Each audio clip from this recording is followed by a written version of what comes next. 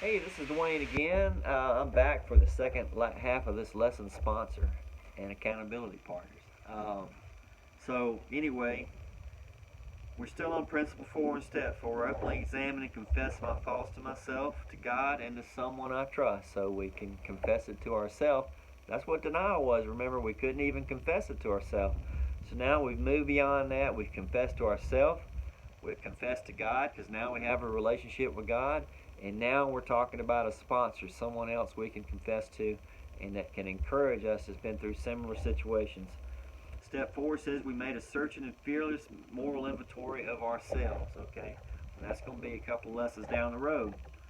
So last week we talked about why we needed a sponsor and accountability partner in our life.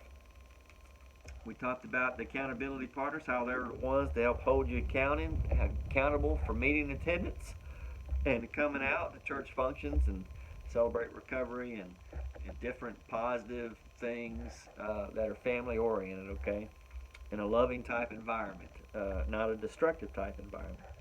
And so then we know that the sponsor is someone pretty much at the same level or a little bit above you in their journey on the path to recovery. So this week what we're going to talk about is what to look for in an accountability partner and also sponsor and specific roles of those people. And I'm going to read this Ecclesiastes 4, 9 through 12 real quick. It says, two are better than one because they can work more effectively. If one of them falls down, the other one can help the other one up. But if someone is alone, if it's just one of you, there is no one to help. Two people can resist an attack that would otherwise defeat the one person alone. Okay? Proverbs 27:17 says, as iron sharpens iron, so one person sharpens another. You hone each other, you help improve each other, you hold each other accountable, you encourage each other, and you improve your lives, and you're both helping each other. It's like a team effort, okay? Ecclesiastes 7:5 says it's better to be criticized by a wise man than to be praised by a fool. Basically, the fool will be the one trying to encourage you to go to the casino with him, okay, or to go to the strip club with him and spend all your money. And then he might say he's your buddy, and he might praise you, but he's a fool. That's what he is. He's a fool, and you might be a fool, and I've been a fool myself for different reasons over the years. And it's okay to accept your status where we're at that given time. But it's time to move up above and to get some smarts about you and to get wiser on some of these things, okay? So it's better to be criticized by a wise man, and a wise man isn't going to criticize you unjustly, and he's going to try to do it in a way, in a loving type way, that's not going to actually do more damage than good and turn you off, okay? So it needs to be someone that's going to constructively criticize you and hold you accountable. All right, here's some things to look for in a sponsor and accountability partner. Proverbs 25 says, through good advice lies deep within a counselor's heart. The wise man will draw it out. Through good advice lies deep within a counselor's heart. The wise man will draw it out. Number one, a sponsor or accountability partner should be stable and wise. And what I mean by stable, I mean not the kind of guy that's going to break on you and cause you to relapse. They should have their act together at a level higher than where you were at. And this will help you move upwards instead of downwards. Okay, this will make you ascend instead of descend into the pit, so to speak. They should have Christ in their life. Number two, they should have Christ in their life and be trying to, and you can look at them and you can see where they're trying to improve their life, okay, and they're trying to improve the life of those around them. Number three, they seem to want to help others in their journey. That's an important trait. They're empathetic and they want to help. They're not going to have any kind of resentment for being your sponsor or accountability partner because they want to help. So, do they have a kind heart? That's a question you have to ask. That's a good sign. But having a kind heart, does that mean a weak heart where they're going to just allow you to fall back and they're just going to let you go, okay? They have to have a strong heart as well as a kind heart. A strong heart and a wise heart. So, Some people are only out for themselves and not strong enough to offer help to others. It's not just that they're not only out for themselves, it's just they're not even strong enough to take care of the things in their life. They're weak people. There's a lot of people like that out there. And you look at them and they're struggling to just make it day to day. So they don't have any time for themselves, hardly, much less any time for you. So you got to know the difference, okay? Let them go about their process. They've got their own recovery they have to do. Number 4, they must be trustworthy, and the stories you tell each other must stay within the group. Okay, you got to be upfront with that. Okay, um, there are people out there that will try to hurt you if you tell them something because they're evil people, so to speak. They will. That's one way they rise to power. I've seen people like that before on several occasions. They get a piece of information and they stab you in the back. That's not the kind of person that you want. And people that are around them long enough see the kind of people they are. So they get away with that for a little while, but karma's going to catch them sooner or later. So anyway, number 5, they must be able to talk about things with you that are too personal to share in a public setting. So they need to be able to talk, and they also need to be able to listen. I mean, that's just all there is to it, and so that's part of the job description. You share stories with each other, and that way you can relate to each other, and that way you can help build each other up. Okay, everybody has weaknesses. There's nobody that's perfect out there. Nobody out there at all. And there's a lot of people with skeletons in their closet, man, and they hope somebody doesn't drag those bones out. There should be a good sounding board. Sometimes they don't need to give you advice. Sometimes they just need to be a sounding board, and maybe they'll know the difference of when to give advice and when not to give advice. And sometimes just listen. Sometimes just listen is a very important thing. And sometimes at other times, you want advice, you ask them for advice, okay? And make it clear. I say, I need you to just listen to me. Or in other situations, you say, I actually need your advice, okay? Because I'm somewhere I don't need to be and I can't figure out how to get out of it. So I need some help. I need some advice. Know the difference. Number 8, they must encourage you to work on each step and principle on your own, but they can't do your homework. In other words, get you one of these books. Do your homework.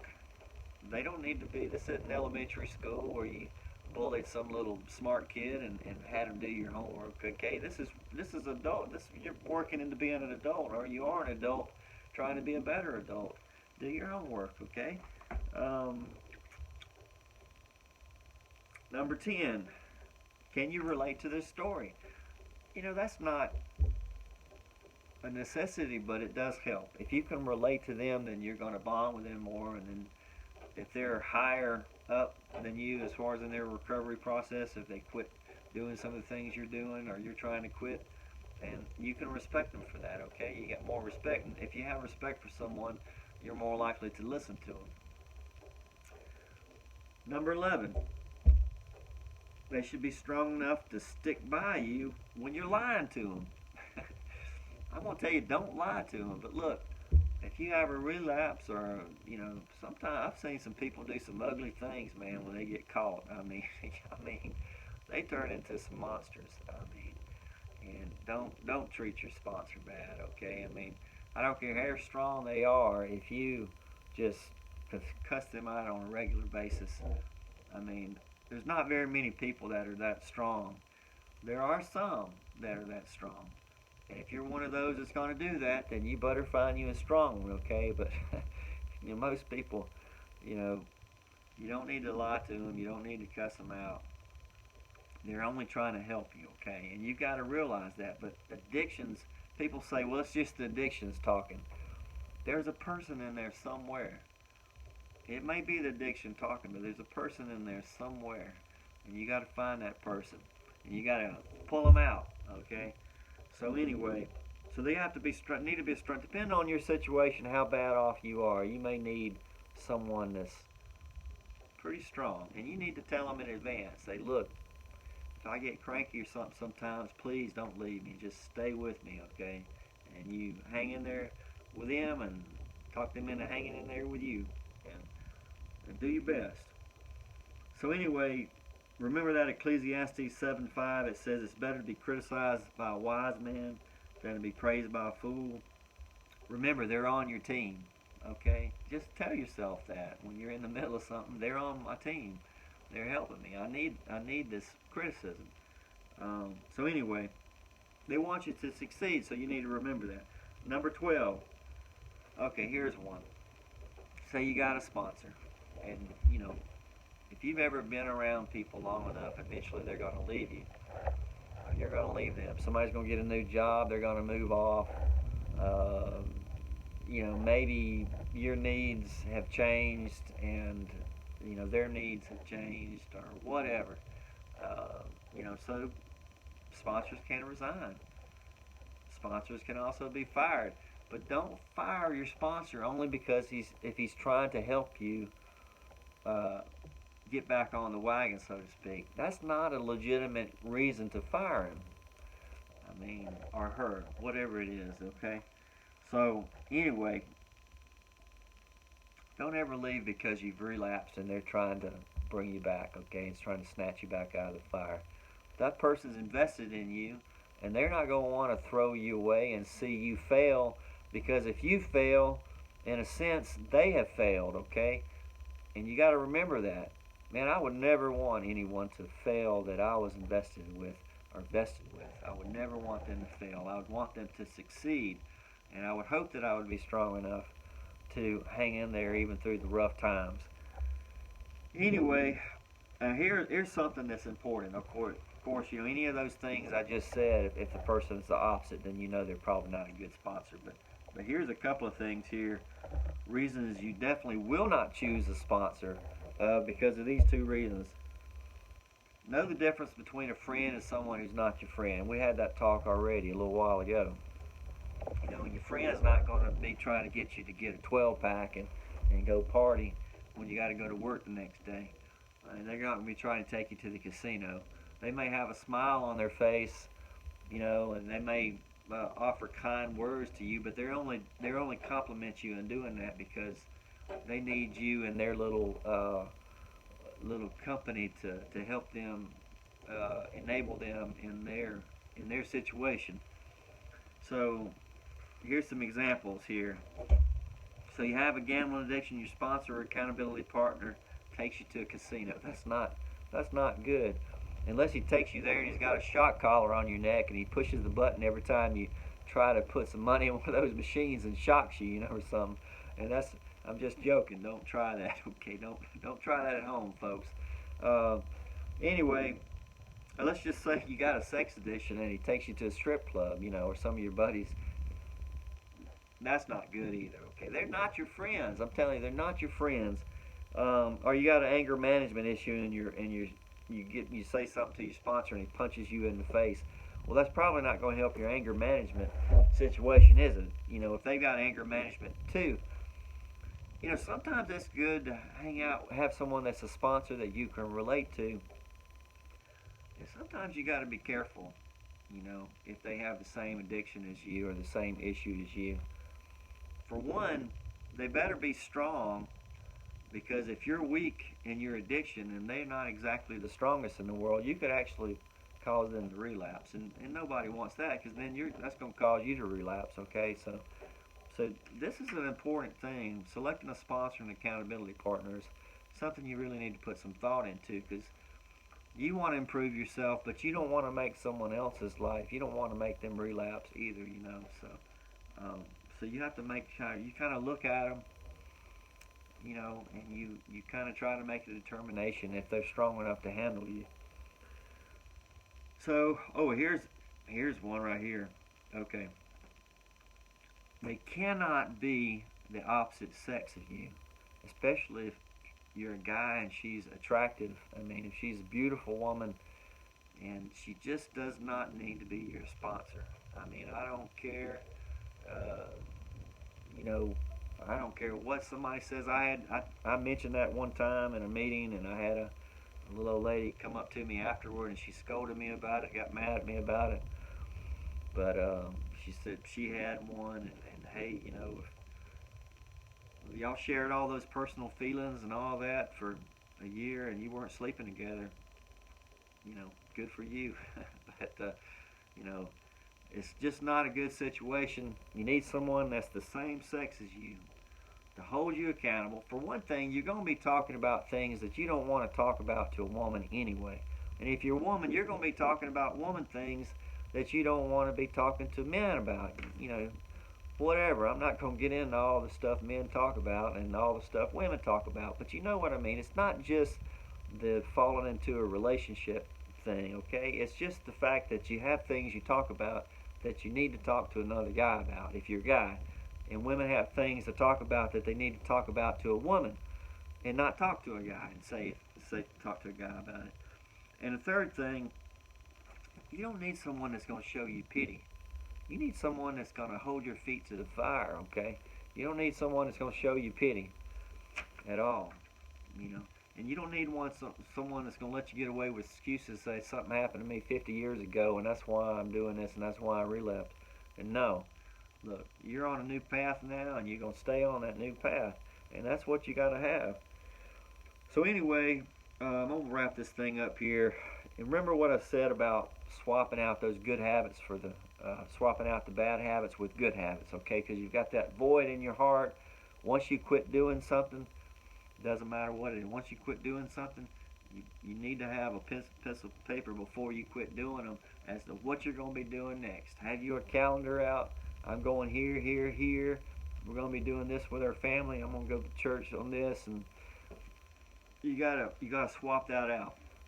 And you're going to have to do it for a long enough period of time where it's going to change some of those neural pathways in your brain. And those old pathways are going to grow over and they're going to die out, okay? And so you got to process. That path is still wide open in the beginning. The path to destruction, so to speak, is still wide open in the beginning. And you're going to have to stay on this new path to a better place for a certain period of time. It's probably different for different people. And it also involves whether or not you relapse or not. Because when you relapse, it opens up that old path. And you almost have to start over again. So the longer you're on that new path, the better chance of that old path is going to just close off and have a dead end sign on it in your brain. And your new path is going to be just wide open. It's going to be easier for you to stay on the new path than to get back on the old path. That's where you want to be. You want to close off the old path and make it where it's not easy to get on the old path. And that may take a few years to do. It may take a year, it might take 2, it might take 5.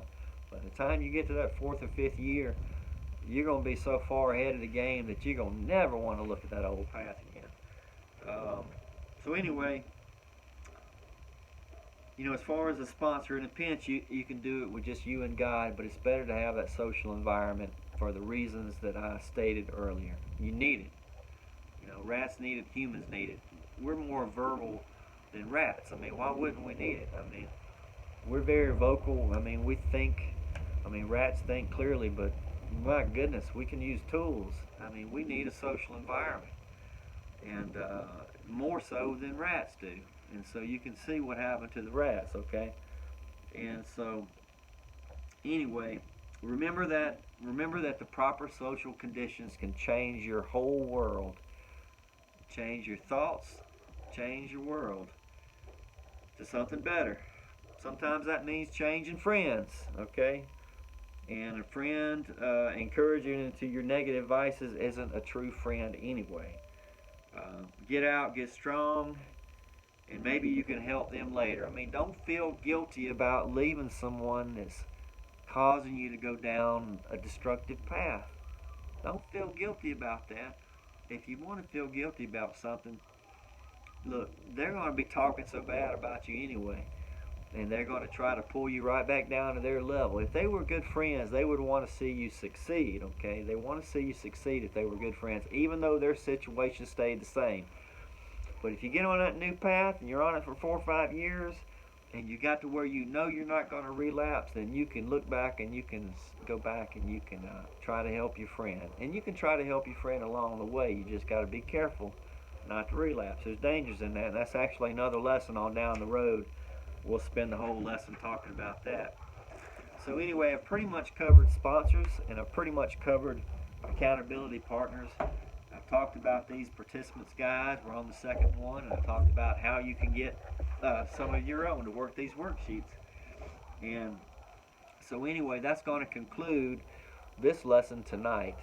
And I hope what I'm saying makes sense to you. And I'm not trying to be critical, overly critical. I'm just trying to help you improve your life. And sometimes you see it every day. If someone goes to jail and they were doing bad things before they went in jail, they get out, where's the rehab and going back and hanging out with the same old friends that helped get you in jail to begin with?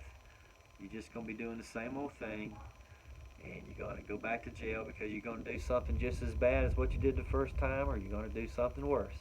And it might be all of you this time. So you need to come out, and if something like that happens to you, you need a change of environment, man. I mean, come on, think about it. I mean, you don't want to do that you serve your sentence once. You serve your sentence once. You don't want to serve a second one. So you got to change your path, change your life, get God in it, quit denying that you've done any wrong, and get on a new path. That's all I'm saying. And anyway, I hope you have a good night. I hope you have a good week, and we're going to keep going. Like I said, if tornado doesn't get me, or COVID doesn't get me, or something else get me, I'm going to be here to finish this program out at the end of the year. I'll be here every week, okay? And so, because I want you to succeed, and I want you to do better. I want you to get God in your life, and I really don't want to see you hurting anymore. And so, anyway, God bless. Have a good night, and I'll catch you next week.